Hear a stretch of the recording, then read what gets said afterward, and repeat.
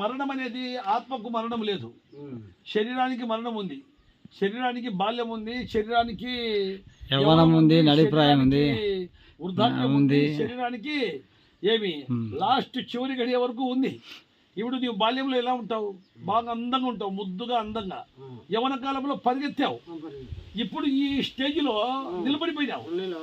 నిలబడినావా లేదా?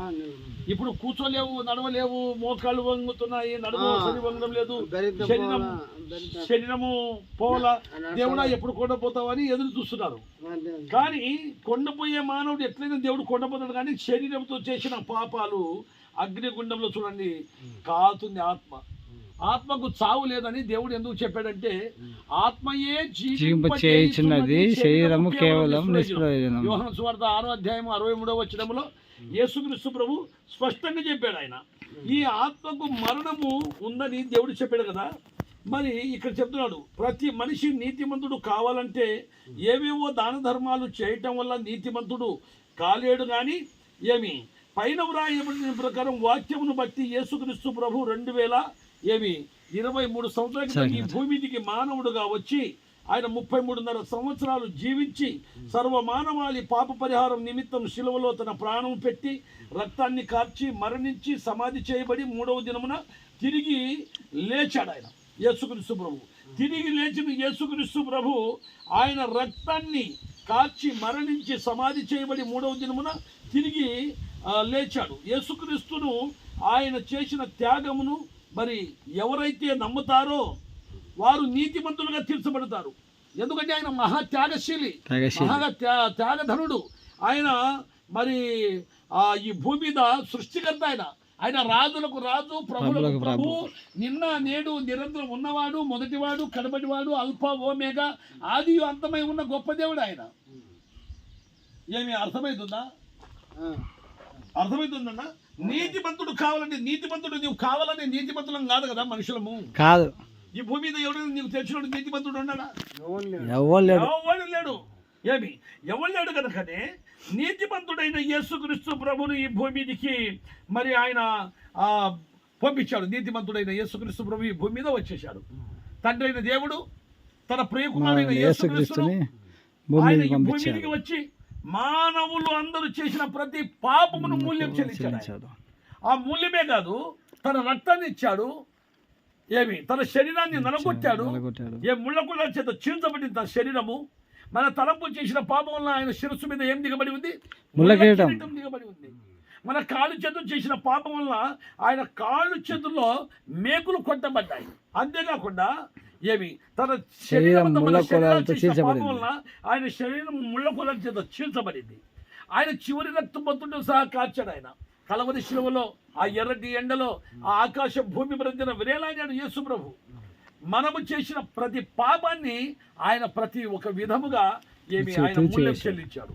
అంతేకాకుండా పాపులమై ఉండగా, శాపములో ఉండగా, చచ్చిన వారు ఉండగా ఆయన యేసు ప్రభు వాక్యం చెల్లిస్తుంది, పాపులను రక్షించుటకు ఈ లోకమునకు వచ్చనని వ్రాయబడింది. ఈ లోకమునకు వచ్చనని వ్రాయబడింది. ఆ వచ్చిన యేసుక్రీస్తు ప్రభు నిన్ను పిలుస్తున్నాడు. నువ్వు ఏ దిశలో ఉన్నా, నువ్వు ఏ పరిస్థితిలో ఉన్నా, ఇక్కడ నాకెళ్ళి చూడాలి. మరి ఏ దిశలో ఉన్నా, ఏ పరిస్థితిలో ఉన్నా, ఏమి నీవు నాయన శాశ్వతంగా ఈ భూమి మీద ఉండవు నాయన. ఒక్కసారి నా మాట విను అంటున్నాడు ఆయన. ఒక్కసారి నా మాట విను. ఎందుకు నువ్వు ఈ లోకం శాశ్వతం అనుకుంటున్నావు?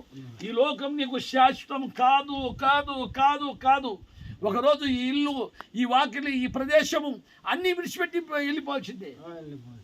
నీకు మోసుకొని పోయి ఎక్కడ పోతారు? అక్క రండి ఈడ కూర్చుంటాడు, కొద్దిగా 2 మాటలు విందురు. ఈ లోకము శాశ్వతం, మనకు శాశ్వతమైన లోకం కాదు.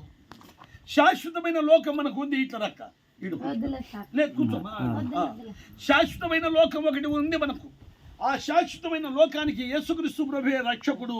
యేసుక్రీస్తు ప్రభువే లోకానికి ఆయన జగద్ రక్షకుడుగా ఈ భూమి మీదకి వచ్చాడు. అక్కగారు మీ పేరు? మీ పేరేం పేరు?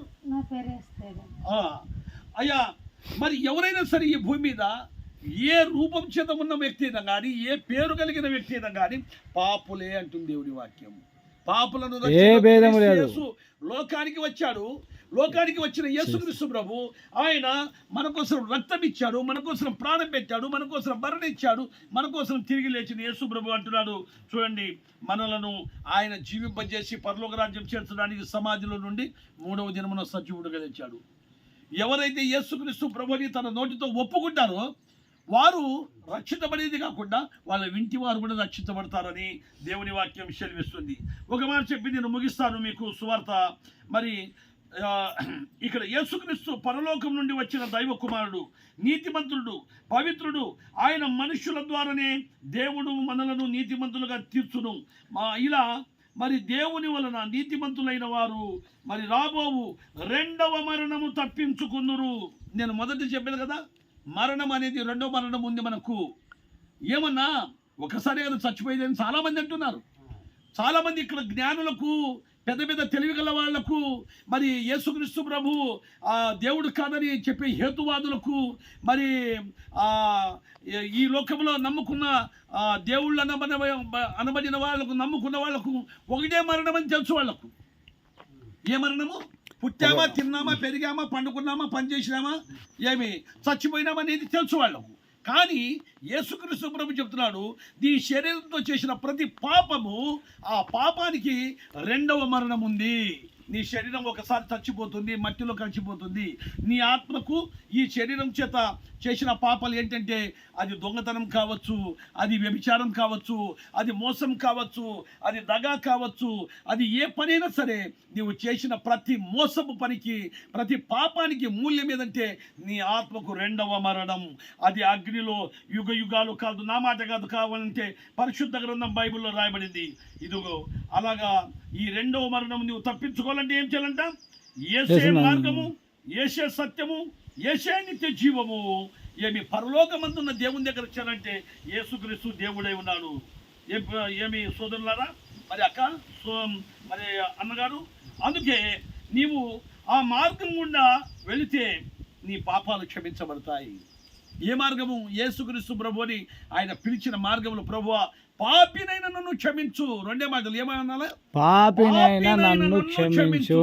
ఎందుకంటే నా కంటి ద్వారా, నా హృదయం ద్వారా, నా అంతరంగం ద్వారా, నా అభియోగాల ద్వారా చేశానయ్యా ఈ శరీర క్రియలు. ఈ శరీరానికి నేను బాగా దానికి ఎంజాయ్ చేయాలని, దానికి బాగా సుఖపెట్టాలని చేశాను.